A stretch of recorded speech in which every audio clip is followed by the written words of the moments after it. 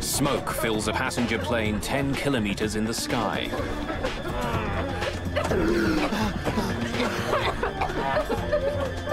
We're on Mayday. We're going down. Electrical systems shut down as the smoke spreads. The crew tries desperately to land their stricken plane. We're gonna need an emergency landing. Put your head on your lap. We're going to need fire trucks. They're standing by for you. What seemed like a small problem at first has become a life-or-death struggle for everyone on board Air Canada Flight 797.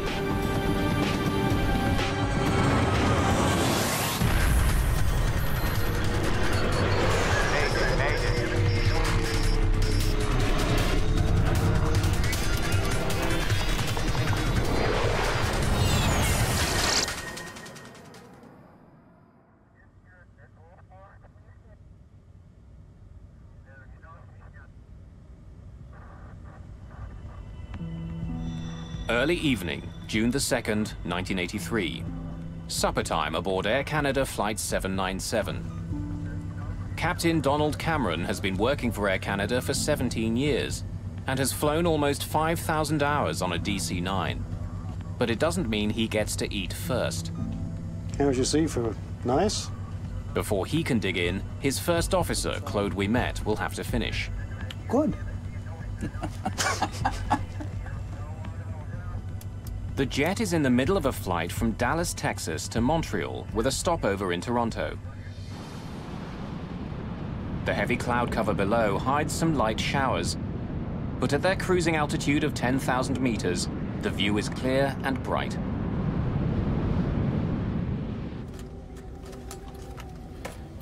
The DC-9 is only half full today, with 41 passengers scattered throughout the plane. Can I have some tea, please? 24-year-old Diane Fadley is an active member of the Juvenile Diabetes Foundation. We have a number of different fundraising activities, and once a year they have a large conference, and at this time it happened to be in Toronto. Raymond Chalifaux is 23 and recently married. An engineer, he's returning home from his first ever business trip. It was a little bit frightening both for me and for my wife. I was supposed to be gone 4 or 5 days, so first time we were separated for a long period of time, so it was kind of insecure for me, yeah. And a few rows further up sits a growing legend in the world of folk music. Stan Rogers is just 33, but his career is beginning to take off outside of his native Canada. I think Stan's best-known songs celebrate ordinary people. The songs are really about ordinary people rising to the occasion and becoming heroes on their own.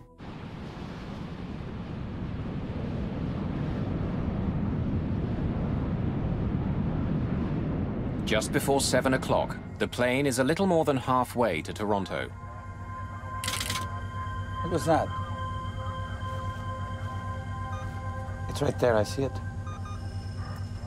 Right there. Yeah. 3 circuit breakers have popped out. Like fuses, they protect delicate electrical circuits on the plane from becoming overloaded. Like a machine gun. Yeah. Zap, zap, zap. The 3 breakers are for the flushing motor in the toilet at the rear of the plane. Cameron decides to give them a few minutes before he tries to reset them again. You know, sometimes it overworks and overeats, and then the breaker popped, and then it cools off, and then you push the breaker and everything is fine. So put the snag in the logbook, and that's it. Someone must have pushed a rag down the toilet or something. Jammed it and it overheated. Cameron thinks that something must be stopping the motor from working properly. But it's not an emergency. Toilets get blocked all the time. Several minutes pass as the plane continues on its way to Toronto. Flight attendants Laura Kayama and Judy Davidson are busy serving up dinner in the cabin. In the cockpit, it's Captain Cameron's turn for dinner. But first, he wants to reset the 3 circuit breakers. Without them, the toilet won't work. The rest of the flight could get uncomfortable for the passengers. Pop says I push it. He's given it more than 8 minutes. But whatever is wrong with the washroom, it isn't fixing itself. In the cabin, one of the passengers complains about a disturbing odor. Yeah, that is a strange smell. Let me take a look. Connie Kirsch, a Texan headed for a business meeting in Toronto, is seated at the back of the plane. I had smelled a peculiar smell where I was sitting. And it struck me as odd. Actually, it was a wiry smell. It wasn't a smoke smell. A wisp of smoke is leaking out of the washroom. The smoke and the acrid smell of burning plastic takes Davidson by surprise. This is much more than just a clogged toilet. Other passengers are beginning to notice the smoke and the suffocating smell. Sergio, there's a problem in the washer. Judy says there's a fire. Okay, I'll be right there. Chief Flight Attendant Sergio Benetti is in charge of the cabin crew. As a precaution, we're moving everyone to Rosa. The smoke is noxious and overpowering. Benetti can't see any flames. He sprays the fire extinguisher into the tiny washroom, trying to coat every surface. As soon as I saw that fire extinguisher, something went through my mind. There's definitely something wrong. The guy seemed to have the thing under control, so he's gonna do his job and things will be business as usual. It's 2 minutes past 7, just 11 minutes since the circuit breakers first popped out. Laura Kayama brings Captain Cameron the disturbing news. Excuse me, Captain. There's a fire in the washroom in the back. They just went back to go put it out. You want me to go back? Yeah, go. A fire on board an aircraft is one of the worst situations any crew can face. The plane is some 10 kilometers high. What starts as a spark can turn deadly in a few short minutes. But at the moment, Cameron doesn't know how bad the situation is. You got to remember, in 1983, people were allowed to smoke in the aircraft. And there had been a number of incidents of this sort of in the industry. So it really didn't alarm me that much. Ouimet finds the situation is worse than he expected. I didn't see any flames when I opened the door before, but I sprayed it really good with the fire extinguisher. You think it was a cigarette in the garbage? No, not really. Okay.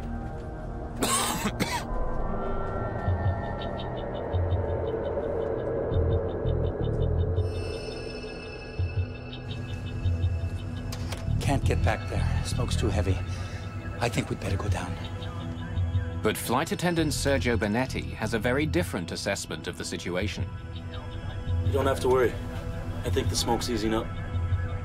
It's a confusing moment for Captain Cameron. Some components do fail from time to time that are not severe or serious enough to cause an emergency descent. That's a pretty serious thing. When Ouimet and Benetti were at the back of the plane, the smoke seemed thick, but now it appears to be subsiding. Okay, it's starting to clear now. But I'll go back and check if that's okay. Yeah, that's okay. Take these goggles. I'll leave my mask on. Go back wherever you can, but don't get yourself incapacitated. No problem. No problem. If it's just a broken toilet motor, Cameron can still make it to Toronto. But if it's more serious, he'll have to land immediately before the small inconvenience becomes a deadly problem.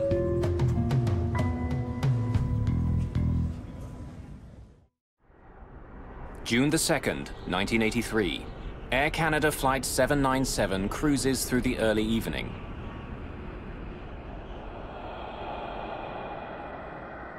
The flight has taken an unsettling turn. Wisps of smoke are gathering at the back of the DC-9. An acrid smell is spreading through the cabin. The crew is growing concerned. They've already moved passengers towards the front of the jet, as far as possible from the creeping smoke. Captain Donald Cameron is waiting for an update from the back of the plane, when suddenly he's got a new problem. The master warning light is on. Electrical systems throughout the plane, including some in the cockpit, begin to fail. The airplane basically lost all its sophisticated navigation and attitude information. So I was left very suddenly with, I think, 3 engine instruments per engine and 4 flight instruments, which were very primitive. They were what you might have flown a World War II bomber with. With his electrical systems starting to shut down, Cameron calls the nearest ground control. Memphis Center, this is Air Canada 797. Air Canada 797, Indianapolis Center. Go ahead. Yeah, we've got an electrical problem here. We may be off communication shortly. Stand by. Co-pilot Claude Ouimet is at the back of the plane. The washroom door handle has become hot to the touch. He doesn't even risk opening it. Faced with a potential fire on board, the crew have no choice but to land their plane as soon as possible. I don't like what's happening. I think we'd better go down. We're going to be making an emergency descent. Brief the cabin crew. Yes, sir. As soon as the decision is made, another warning light goes on. They've just lost most of their emergency power. We're talking about multiple failure here, and it's starting to be complicated. So we're going down, and obviously we have to land. Mayday, mayday, mayday. A small problem has snowballed into an all-out emergency. Mayday, mayday, mayday. This is Louisville Control, over. Air Canada 797, we have a fire on board. We are going down. Can you possibly make Cincinnati? Roger that. Cincinnati is 46 kilometers away. They can make it. Captain Cameron begins an initial descent to 1,500 meters. The crew has switched to emergency battery power, but many of the plane's instruments aren't functioning. So all we had left was DC immer power, and that's only good for radios, basically. It's not only instruments. Cameron finds that a critical piece of his plane isn't working properly. The horizontal stabilizer on the tail of his DC-9 is frozen. Cameron uses the part that's still working, the elevators, to make the plane dive. But like a car that's lost power steering, the aircraft resists. As Cameron pushes on the controls, they push back with a pressure equal to 20 kilograms. The airplane became very heavy, and I took my total concentration to fly the airplane. An acrid, bitter smoke is creeping forward from the back of the plane and seeping in from the seams in the fuselage ceiling. It hovers like a cloud over the passengers' heads. Incredibly harsh smoke that was really irritating your throat. You had to take really, really small breath, otherwise you would choke. I could see it rise. It was traveling along those luggage racks, you know, coming forward. The smell of burning plastic fills the air. Dropping oxygen masks could make the situation worse. I could have deployed the oxygen mask for the passengers, but it's forbidden. You're only allowed to use the oxygen mask in the case of a massive decompression or loss of cabin pressure, not for fire.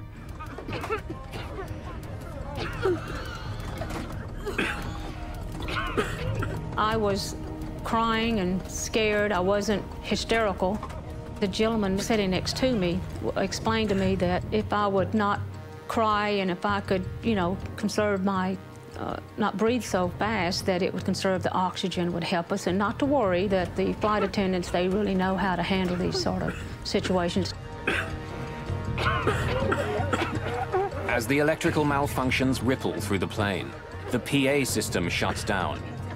Flight attendants struggle to shout directions, but it's getting more and more difficult to breathe. In 1983, it's not standard procedure to tell passengers how to open the emergency doors. But in this case, the two flight attendants are taking no chances. As plain as possible.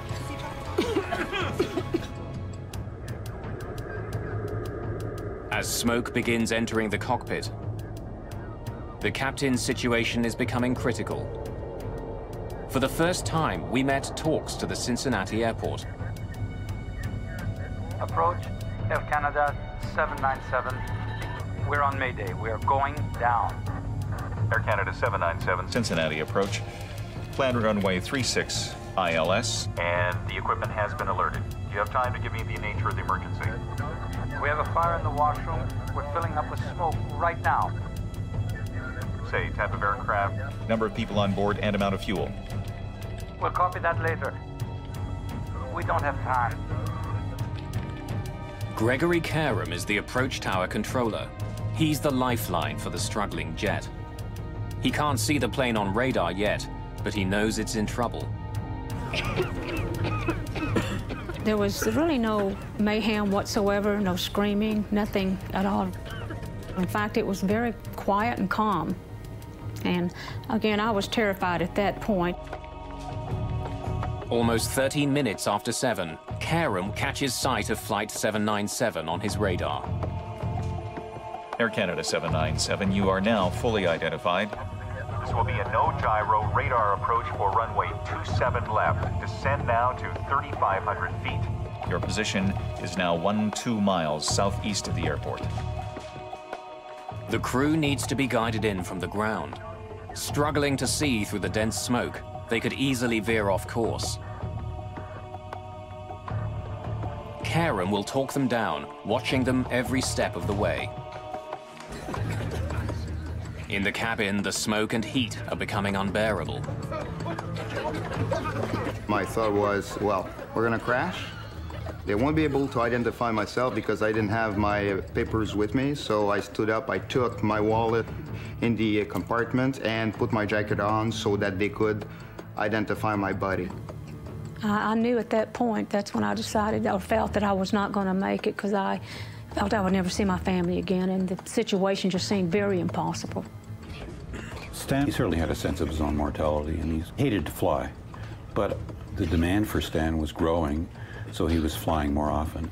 And he certainly had a sense that with so much traveling, his risk is elevated. Where's the airport? 12 o'clock and 8 miles, Air Canada. Okay, we're trying to locate it. We're going to need fire trucks. They're standing by for you. Can you give me the number of people and amount of fuel? We don't have time. It's getting worse in here. Understood, sir. Turn left now. You are 1/2 mile north. North of final approach.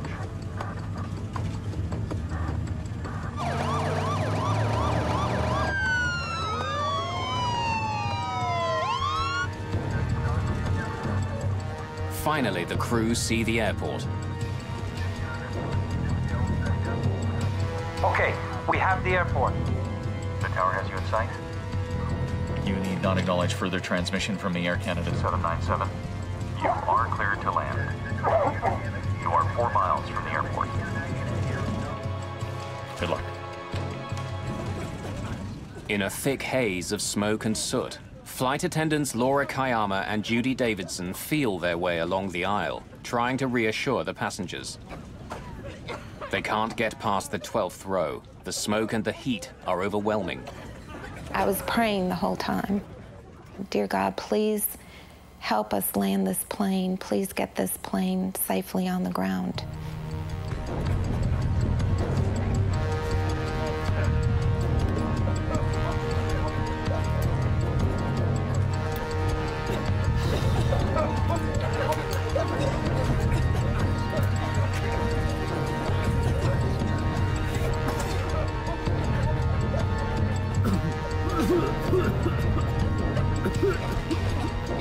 Can't see, can't breathe, death absolutely crossed my mind, but hang in there, don't give up. I've been married for less than a year and it's already over. So I started breathing as little as I could and start thinking seriously of my wife. Fighting the reluctant controls, Captain Cameron's strength is being pushed to the limit.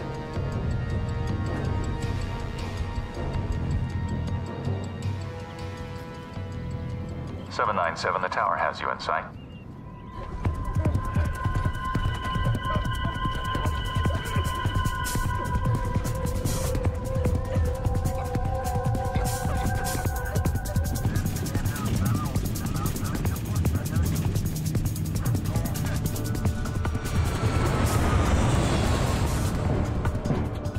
Squinting through the smoke, the crew of Flight 797 land hard.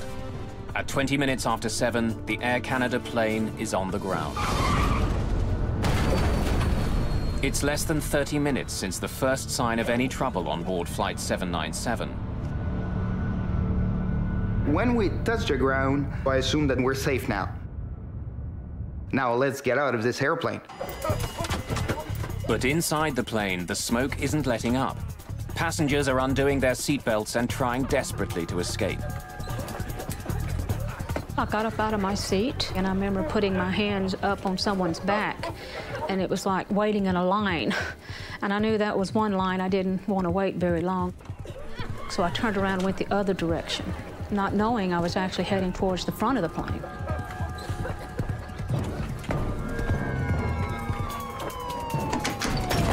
Sergio Bonetti is the first one to the door.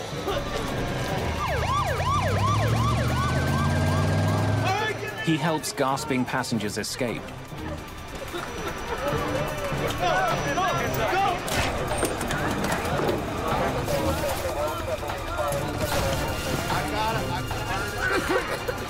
The cabin is pitch black and burning hot.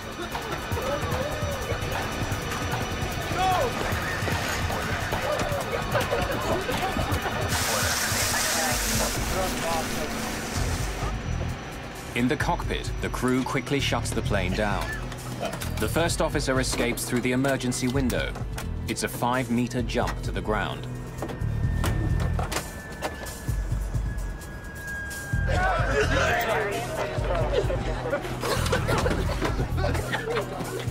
Passengers have opened 3 of the overwing exits. But even with the doors open, the exits are all but invisible. The smoke is too thick.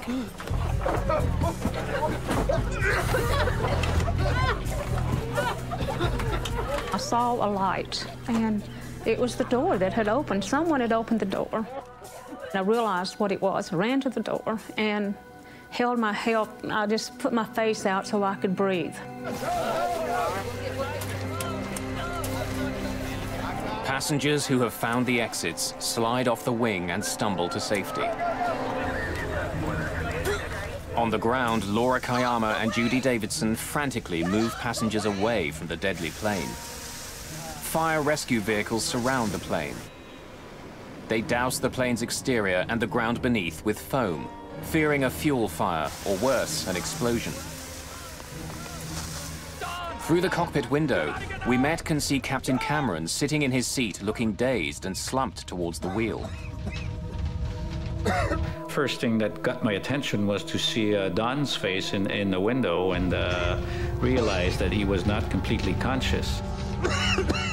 I couldn't get out of my seat. I'd start and I'd get my arse up in the air or like that, and I'd be pushed back by I have no idea. It was an invisible force, but it was probably smoke and fire. Desperately trying to save the captain's life, tells firefighters to cover him with foam. It was this soapy, ice-cold mixture that drenched me. It works. Cameron stirs and climbs out through the cockpit window. Stop! There he is! Don! Barely 90 seconds have passed since the plane landed, when suddenly the whole interior of Flight 797 ignites.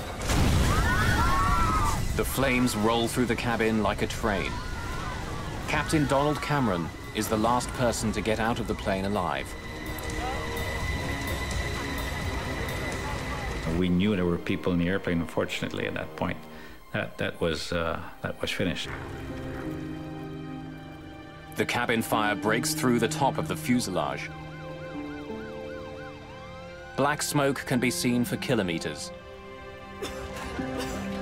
Flight attendant Laura Kayama begins to count. I will remember these words forever. She told us to line up so that she could count the survivors. If there were survivors, obviously they were dead. Including the crew, there had been 46 people aboard the plane. But there aren't 46 people on the runway.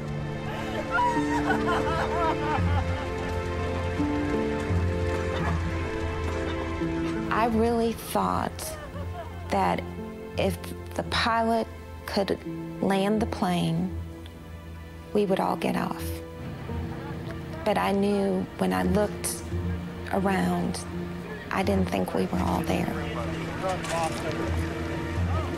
The passengers who escaped the plane suffer from smoke inhalation and minor injuries, but most are not badly hurt. It was almost like if you got off the plane, nothing was wrong. I mean, there was maybe a sprained ankle, maybe someone had a broken arm or something. You made it and you were completely fine, or you didn't make it. The young man next to me that helped me with my breathing techniques didn't survive. That was a real tough blow, because I know, for one, I believe he played a big part in my survival. I guess it was around midnight. I decided to call Air Canada. I said, I'm trying to find out if a friend of mine was on this flight in Cincinnati. And she said, are you a member of the family? I said, no, I'm just a close friend. And she said, do you know if his wife is alone?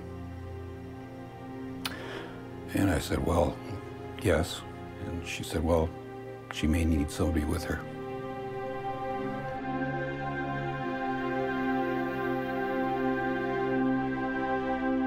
Stan Rogers, the rising musical star, didn't make it off the plane.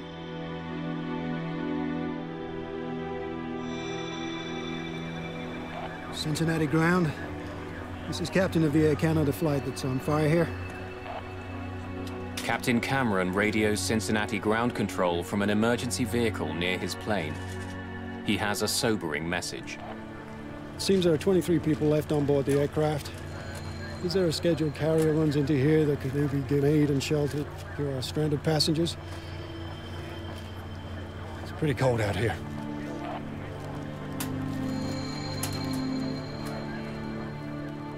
What began with a simple electrical problem has taken the lives of 23 people. What caused the deadly fire? What went so horribly wrong? The investigation will uncover the plane's troubling history. This DC-9 had another serious accident just a few years before.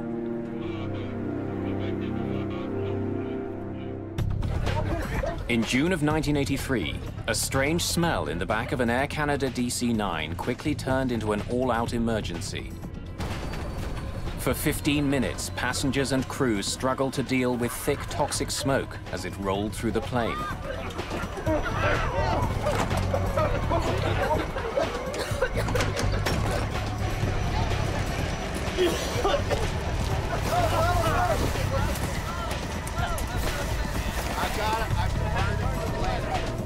Flight 797 made a remarkable landing, only to burst into flames 90 seconds later.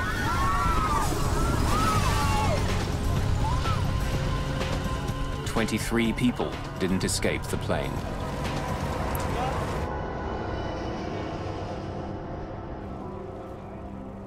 Now the burnt shell of the DC-9 sits on the runway at the Greater Cincinnati Airport. It's one of the most disturbing airplane disasters in years. Within the hour, investigators from the National Transportation Safety Board are on the scene. The first grim task of the investigators is to recover the bodies of the dead. 21 Canadians and 2 Americans. Many are burned beyond recognition.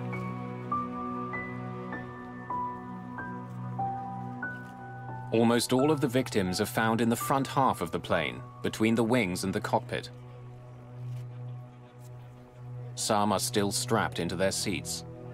Others are found in the aisles. And even though all the passengers had been moved up earlier in the flight, 2 bodies are found near the rear, beyond the wings. Because of the dense smoke in the cabin, the passengers couldn't see well enough to find the exits. And 2 passengers went beyond the overwing exits and succumbed to the environment.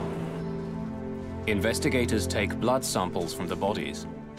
They find deadly levels of certain chemicals that were produced as the plane burned. When we did toxicological studies, we were able to determine that there were some significant high levels of cyanide and fluoride in the blood, as well as carbon monoxide. It's not known if the toxic fumes killed the passengers. All that's certain is that they were unable to escape before the flames tore through.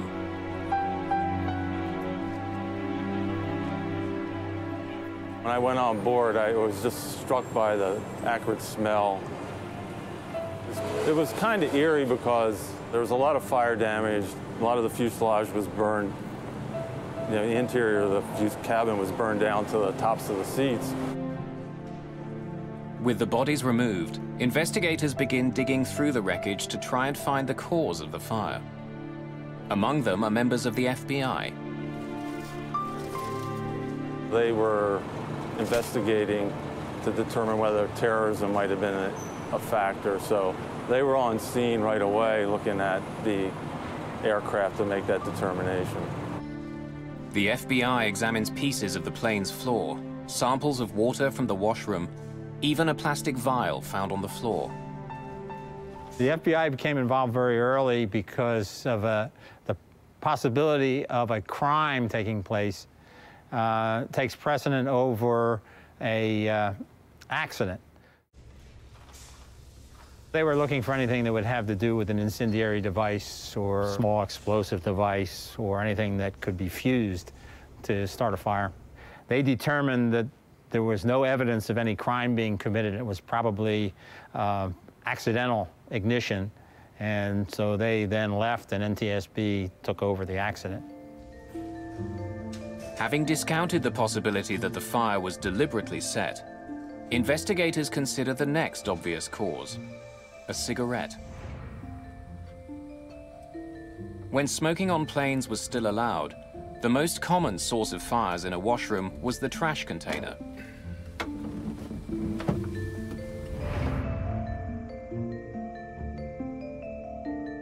Investigators examined the trash container and find that the top is burned away, but the trash chute and the container behind and below the sink are intact. Inside the container are remnants of paper, scorched but not burned. The fire could not have started here. With the most obvious potential causes discounted, investigators begin to comb through the wreckage looking for what had started the fire. Studying the history of the plane, Hill uncovers some startling facts. In the year before the accident, 76 separate maintenance issues had been written up in the plane's logbook. All were dealt with, but still, it's an unusually high number of problems. The plane's troubled history didn't end there. 4 years earlier, the rear bulkhead had failed, causing an explosive decompression. The crew had to make an emergency landing. It knocked out a lot of electrical cable and hydraulics and stuff like that, and the guy did a hell of a job bringing it back to Boston. The plane was repaired and put back into service, but Hill focuses on the wires that had to be stitched together after the accident. A bad repair job could have been the cause of the fire. There were wires that ran through there that had been cut, spliced back together. Investigators study all the wire splices they can find on Flight 797 that weren't destroyed in the fire, but they find no evidence of arcing or short-circuiting. It's another dead end. Investigators turn their attention to the cockpit voice recorder and the popping circuit breakers. What was that? It's right there, I see it. Right there. Yeah. Like a machine gun. Yeah. Zap, zap, zap. The circuit breakers trip as a precaution. When they begin to overheat, the circuit breakers turn off, cutting electrical current to the motor. It's a safety feature, so the motor won't cause a fire. Pops as I push it. Investigators need to know if the breakers were tripped by a fire that had already started, or was the motor itself the problem? The NTSB build a mock-up of the plane's washroom and force the flush motor to seize.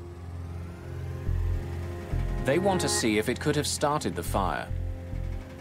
The seized motor reaches a temperature of 428 degrees Celsius.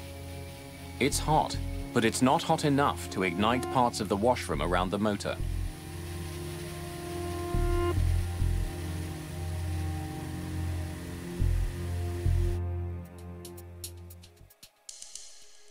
As they listen to the cockpit voice recorder, investigators uncover a puzzling clue.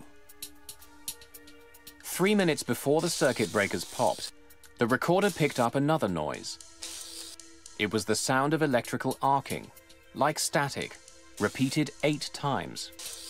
The noises weren't audible to the crew. Hidden from view on any airplane is a river of wiring. Investigators focus on a cable coming from a generator below the washroom floor.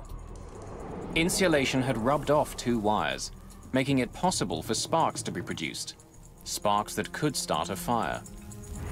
There was evidence that there was some electrical arcing, but it could have occurred after the insulation had burned on those wires. In spite of countless hours of investigation and numerous tests, in the end, the NTSB can't pinpoint the exact cause of the fire. There simply isn't enough evidence. Just because of the vast amount of damage that was done in that concentrated area around the lavatory where the fire burnt for a long period of time and possibly destroyed any of the evidence of where the fire actually ignited. Even if they'll never know the exact cause of the fire, investigators try to understand how it could cause so much damage. There had been heat and smoke, but no one had seen any flames until an explosion ripped through the jet. When you have a fire that has incomplete combustion, when it has a lack of oxygen, they will produce combustible gases. Those gases then can collect, especially in the crown of an aircraft. The fire had burned out of sight behind the washroom walls, and the smoke, hot gases and fumes intensified and spread inside the wall space from the washroom through to the cabin walls.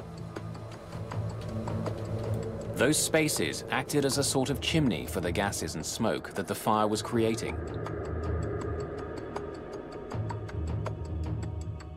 Although the fire remained concealed behind the walls and ceiling panels, the smoke and hot gases entered the cabin through every seam, gathering in the upper space in the cabin and pressing down on the passengers. The inaccessible areas and the cabin area are all linked together through small cracks and crevices and small openings. The plane is one big pressure vessel with everything being the same, equilibrated to the same pressure. So smoke and gases in those areas would fairly quickly start to permeate into the passenger cabin. When the doors were opened during the evacuation, an unlimited supply of oxygen was suddenly available to feed the fire. The more intense the heat, the more oxygen-hungry a fire becomes. The gas is ignited with the force of an explosion. And once you have a flashover, you produce heat, toxic gases, and you burn up all the oxygen in the cabin, and it becomes non-survivable.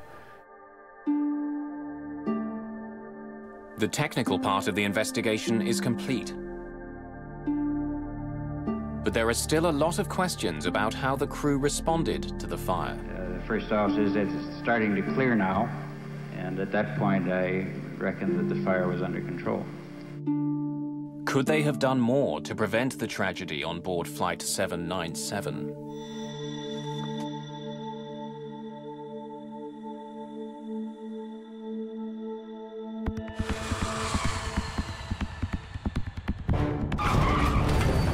1983, a washroom fire on an Air Canada DC-9 filled the plane's cabin with smoke.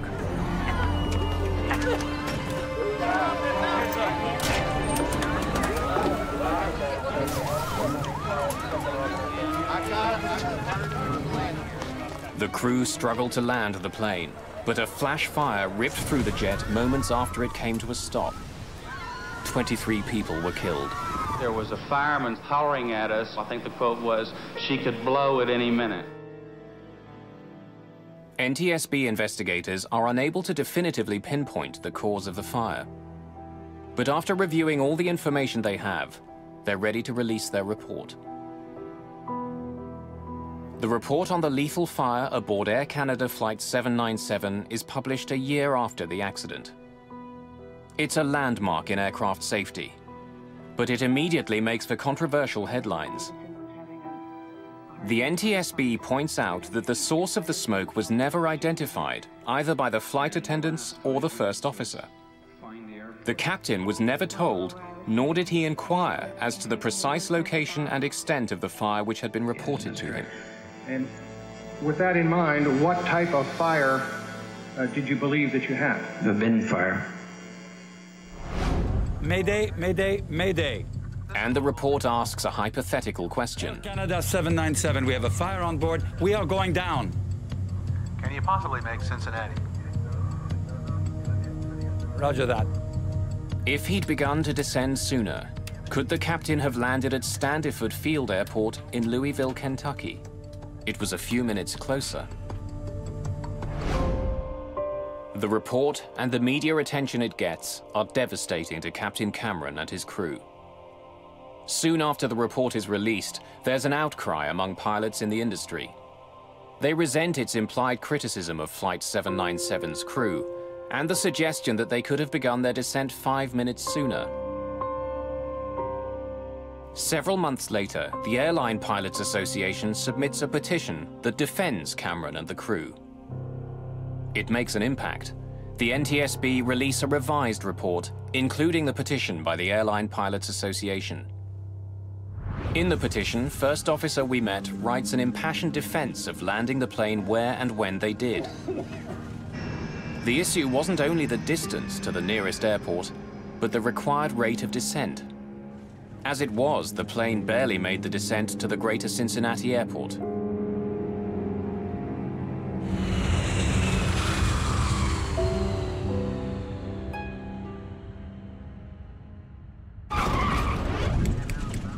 Still, the National Transportation Safety Board's revised summary doesn't pull all its punches, pointing a finger at Captain Cameron.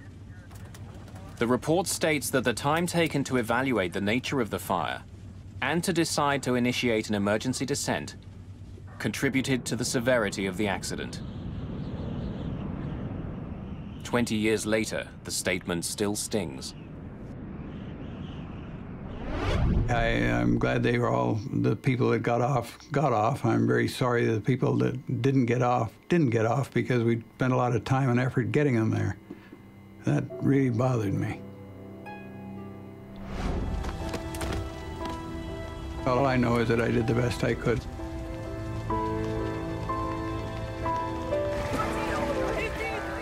Along with the comments on the performance of the crew, the NTSB recommends a host of safety improvements. Perhaps if the flight had been full, someone would have noticed the smell of smoke sooner. But what the washroom of Flight 797 could have used was a smoke detector.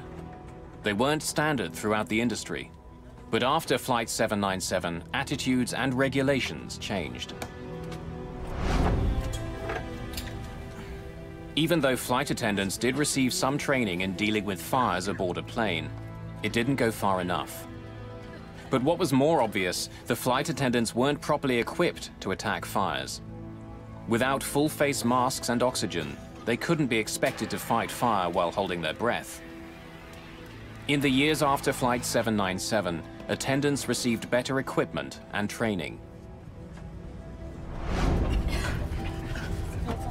The cabin crew had also made split-second decisions that helped save lives. Moving passengers further up the plane and handing out wet towels minimized the effects of the toxic smoke. Their decision to tell passengers to open the emergency exits over the wings was not standard procedure, but it let some passengers escape more quickly and was eventually adopted as a routine practice. Finally, it became obvious from the location of some of the bodies that passengers died because of precious seconds lost trying to find the exits in the pitch dark. What would have made a difference? Track lighting on the floors and bumps along the overhead bins that identified the rows with emergency exits. Features that would eventually become standard.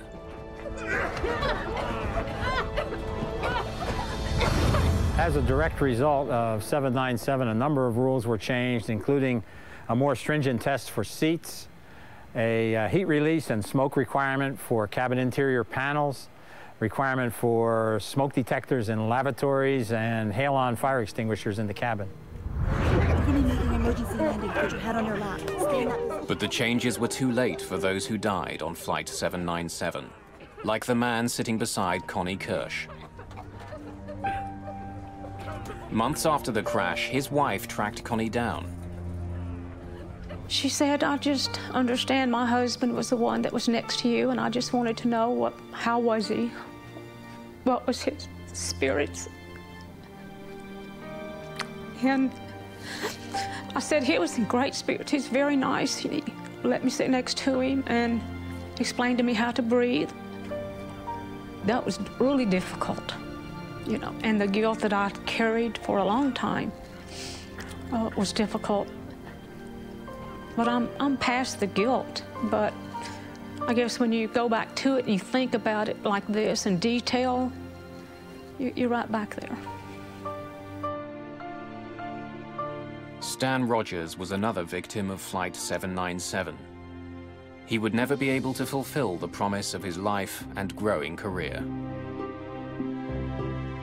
I loved his generosity and his loyalty as a friend. As an artist, he was perhaps one of the best songwriters this country's ever produced, and it was really an incredible pleasure and honor to be working with him. He still gets lots and lots of airplay, and so his legend grows.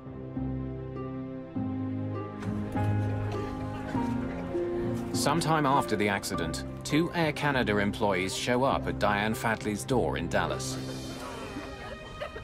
They brought my Bible. It's dark because it was burned and singed, but it's a paperback Bible, and it did not completely burn up.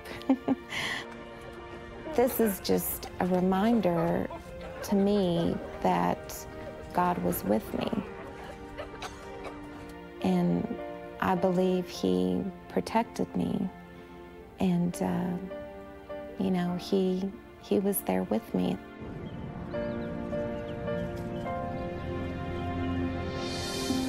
Captain Cameron and his crew eventually received 6 separate awards for their heroic actions on Flight 797, including recognition from the Royal Canadian Air Force. But they're all still haunted by the nightmare. You feel responsible, there's no question. You feel guilt, you're willing to give your license. You feel very, very small until you get all the facts together, and because it's a puzzle for you, you know, you're as much as a victim in this. You're not supposed to fly an airplane in that condition, you know, so you're as much as a victim as the passenger, and I think it becomes all of our problem, and we're all part of the solution. It's just a shame we didn't get everybody off. It still bothers me.